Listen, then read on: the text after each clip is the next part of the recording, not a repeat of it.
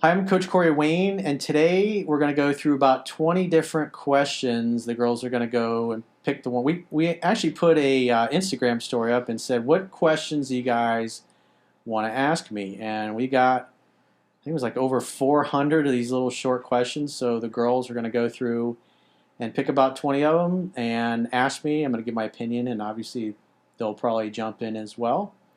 So, Pocahontas, what's the first question? This first question asks, what's the most WTF date you've been on?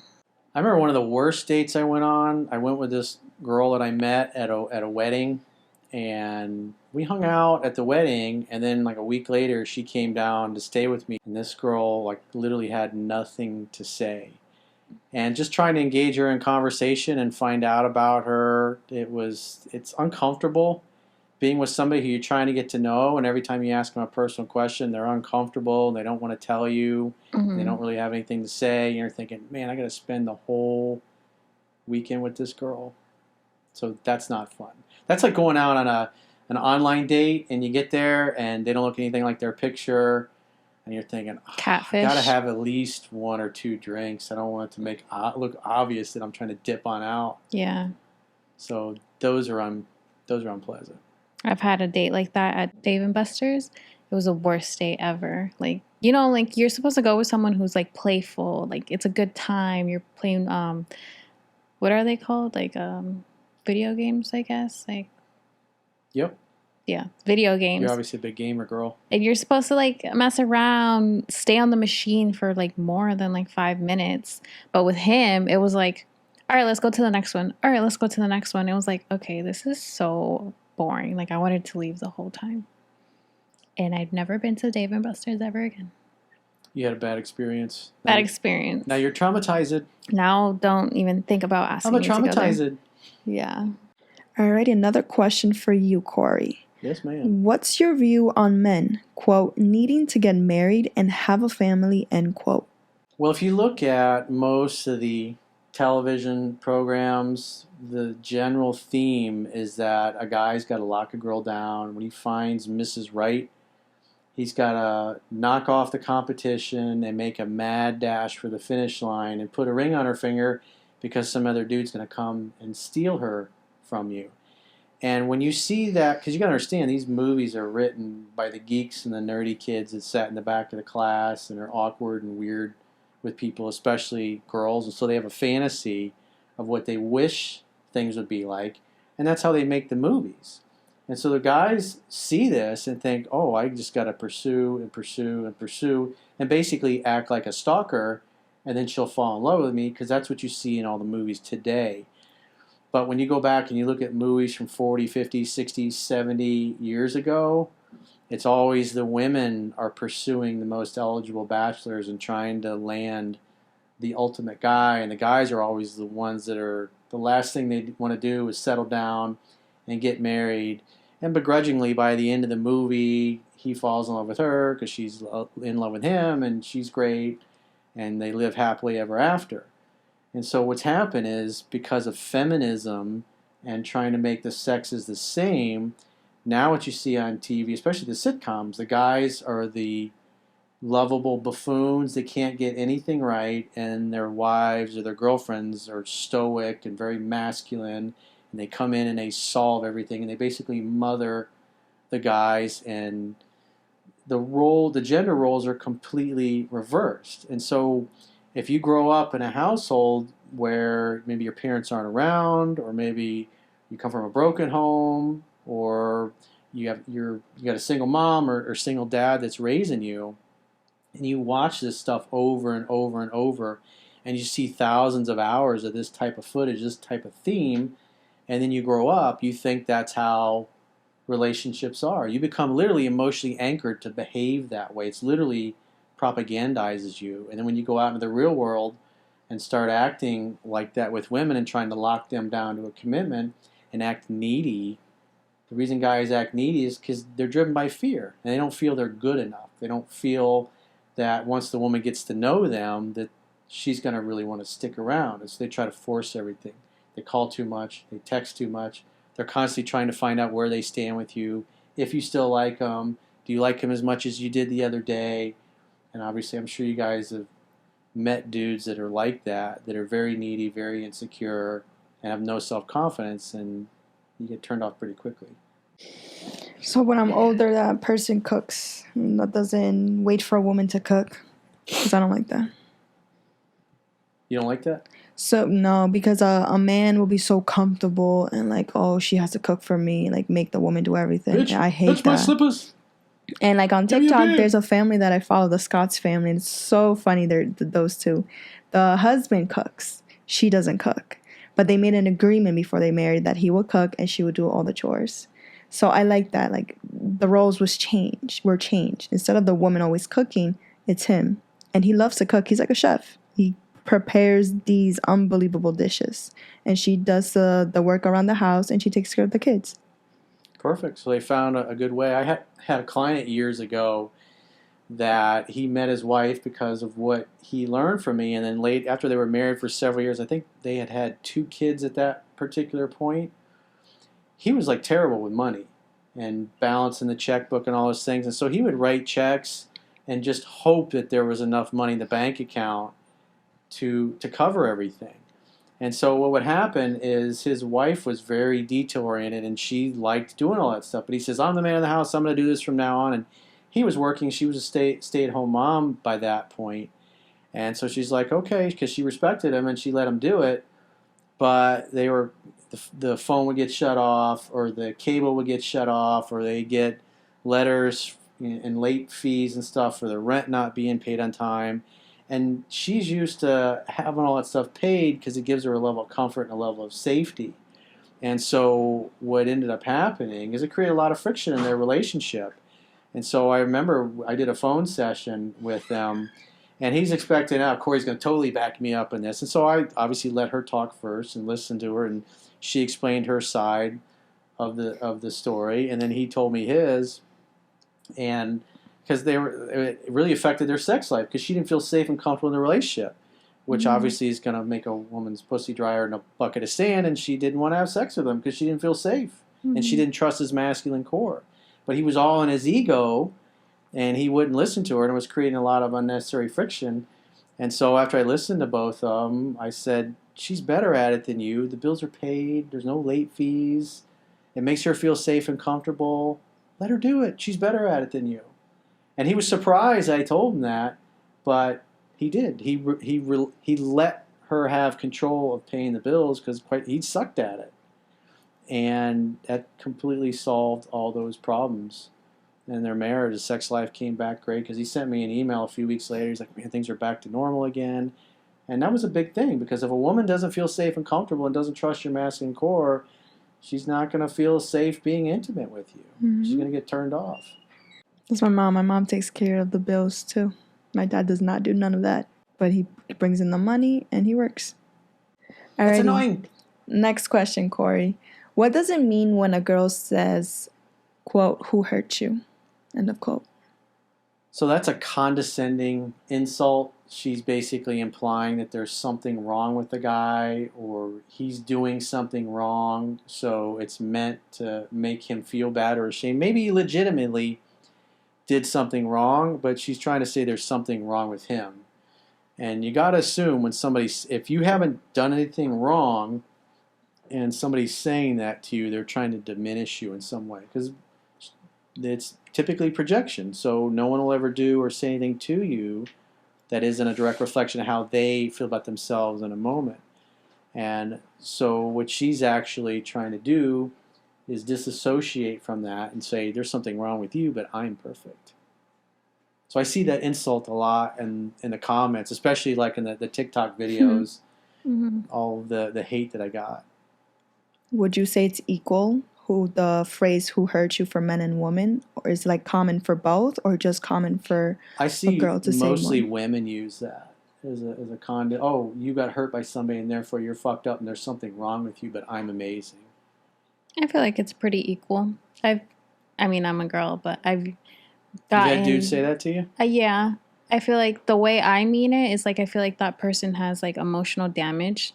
Like clearly you have some stuff to work on. So I'm like, who hurt you? Like who made you this way? You know? Like, he'll just be going off on a rant for no reason. I'll be like, who hurt you? Like, who got you to the point that you feel like you need to act out like this? Not to, like, be mean or anything, but, like, literally, like, let me help you. Like, let me, like, cure whoever did this. Yeah, I wouldn't say, well, who hurt you? The Yeah. angry look in your face. Yeah. He'll probably get defensive. Mm-hmm. I would probably phrase it differently. It could come off kind. It could come off rude. Depends on how the person is implying it. I think 2 men or 3 men said it to me in a hurtful way. It was just the way I was acting towards them, because obviously I didn't want full more. Bolivian on them? It's not even full Bolivian. At that time, my mentality wasn't really to be with anyone or start dating. It was just one time. No, that is not me. Maybe I said it once, some man, but I would hear it often to me. I mean, I was hurt once, but it's just like I said, my mentality wasn't to hurt you. It was just, I was there for one reason, you're there for one reason, and we go our separate ways. That's it. Yeah. You know what you want. I know what I want. It's just men that want you, they can't. And you try to say it so nice and politely, and if they don't get the message, you have to give them that another straightforward message, like, hey, look, this is this. That's it. They hate that. Yep. That makes them so mad. But it's cool for them to do it to us, which I don't like. How to deal with being jealous. So jealousy is insecurity. And when you act jealous, people that are jealous tend to act controlling, and they want the other person to behave a certain way. And the reason somebody feels jealous is because on some level, they feel inadequate. They don't feel good enough.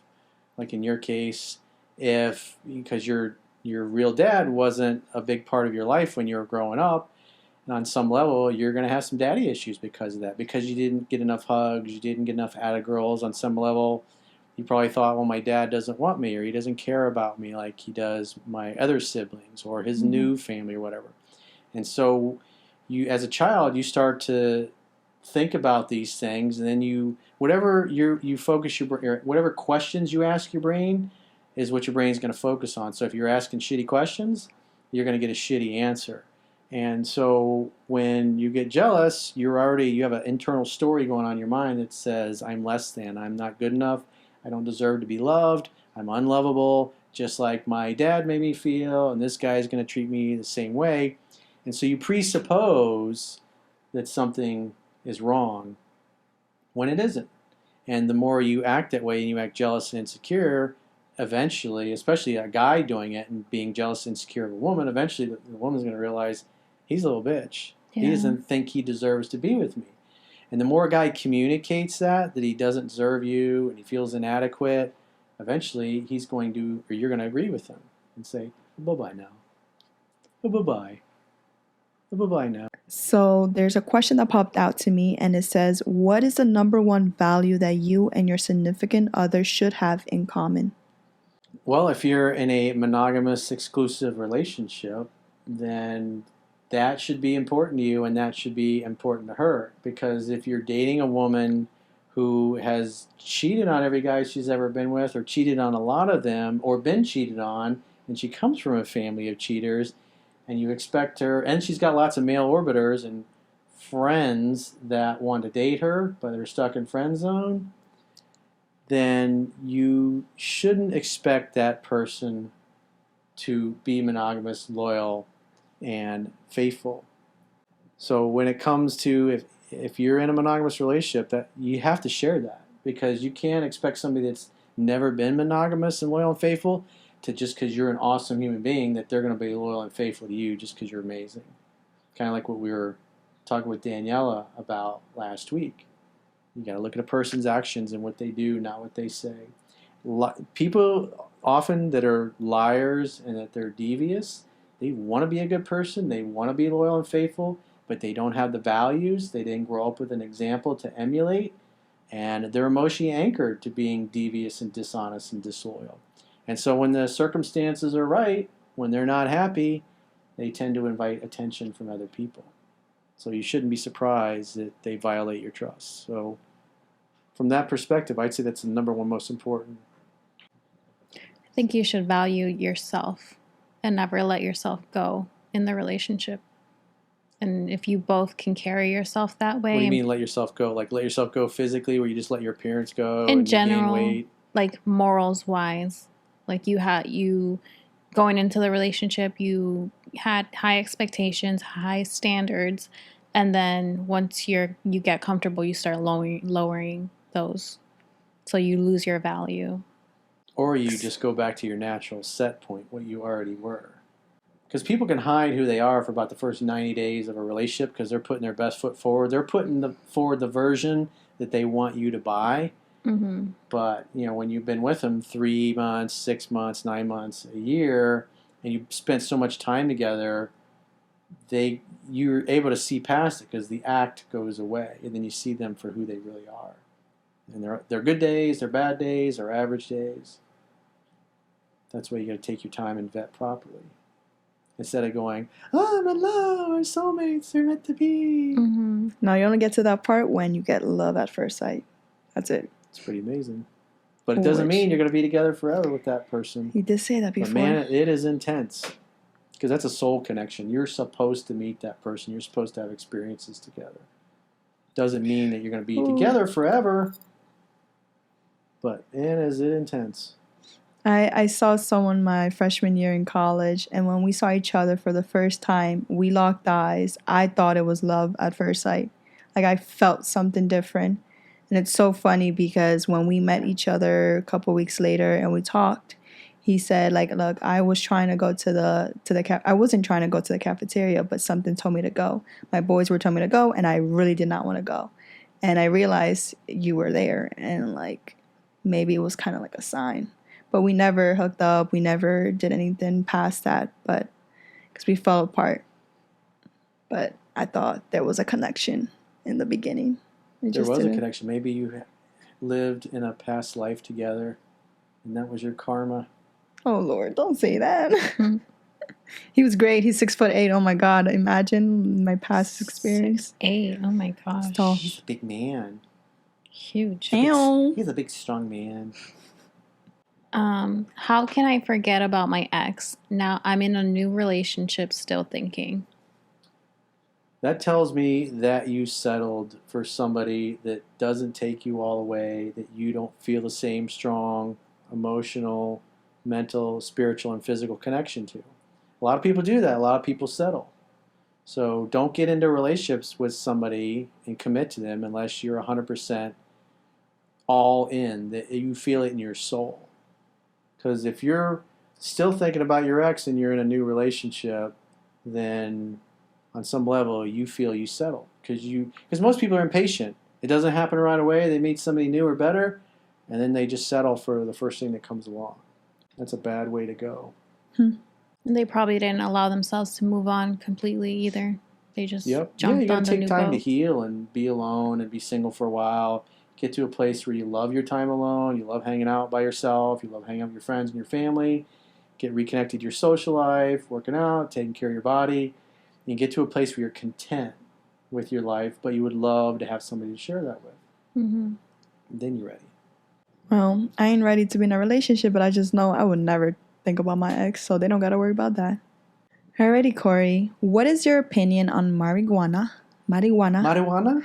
And how Mary Jane? And how They love you long time? And how it affects someone's mission. Well, I, of course, would never partake of the herb because I'm an innocent child of God. But if I did, and if I were to, I know that it definitely makes you lazy. It makes you want to just chill out and do nothing. And I think it's a great tool if you're going to use it sparingly.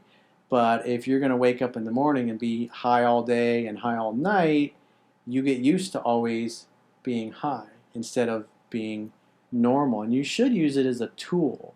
Like if you're creative, you like to paint, you like to write music, or maybe you like to do research, or you're a writer. Or maybe you're struggling with a problem and you're all stressed out.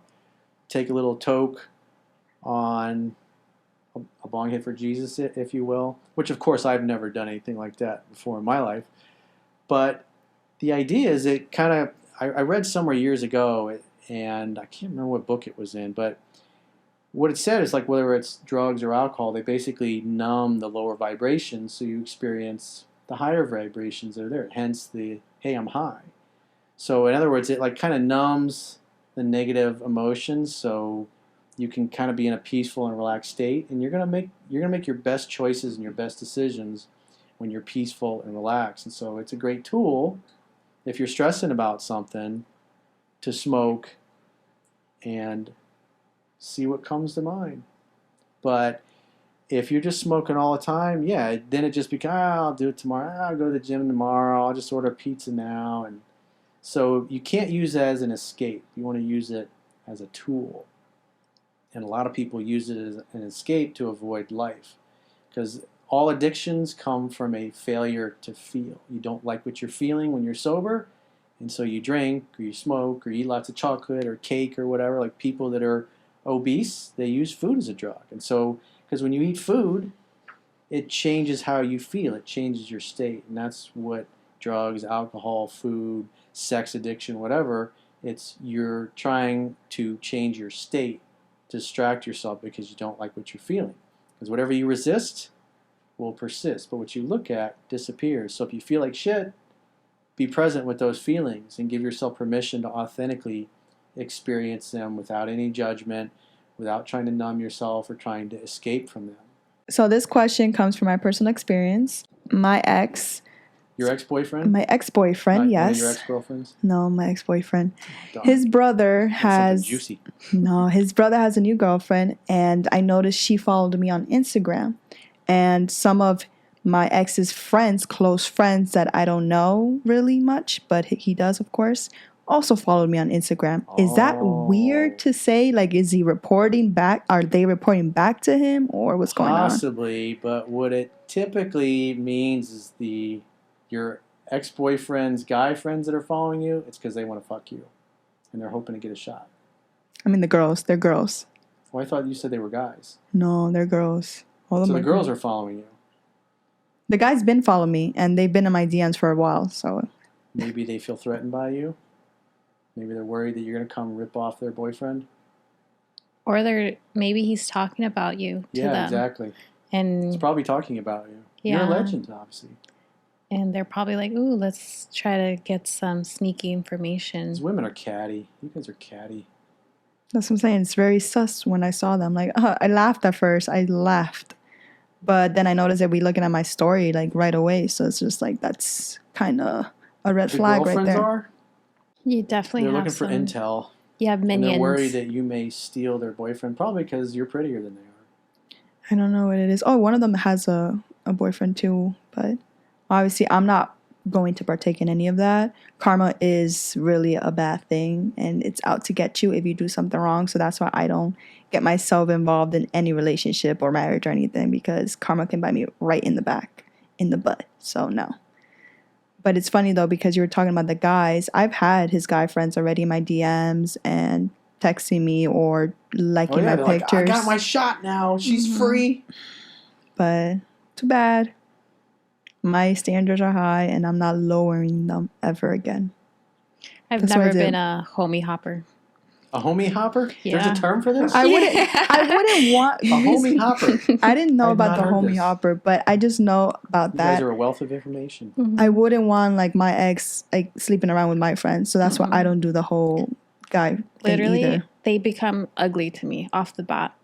They might be cute, but it's just like I could never, honestly. Because if you did, you would be keeping him kind of around, you know? You wouldn't be moving on because he's always going to be, he's a friend, so you would expect him to show up at a party or something like that. That's just toxic right there. Yeah. Yeah, definitely not healthy. I do think you have minions spying on you, though. I'd hit block, remove.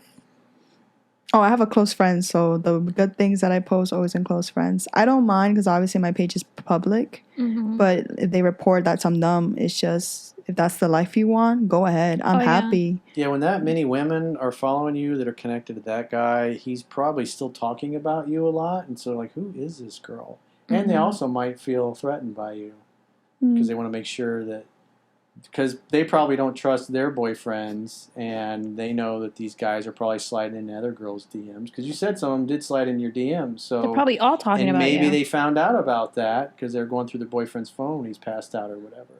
Yeah, no one knows. You're probably the flex of the whole group. Ow.